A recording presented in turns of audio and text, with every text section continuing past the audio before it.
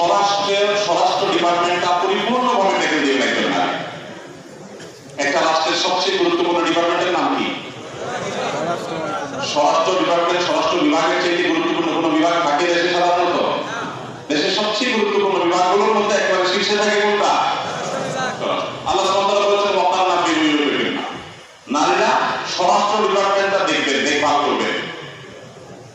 এবং তারা মূলত ডাক্তার, ইঞ্জিনিয়ার, গবেষক, আলেম, দায়ী, শাসক, রাজনীতিকে জন্ম দিবেন এবং তাদেরকে গড়ে তুলবেন।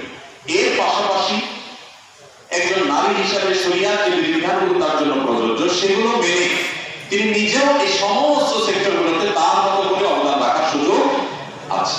কিন্তু মনে রাখবেন, ইসলামে নারীর যে নারীসুলভ বৈশিষ্ট্য আছে সেগুলো যদি আপনি বিকিয়ে দিয়ে কিছু করতে চান, ইসলাম সেটাকে অ্যালাউ করে না। পৃথিবীর অনেক দেশে সেটাকে মানুষ ট্রাই করেছে, এক্সপেরিমেন্ট চালিয়েছে।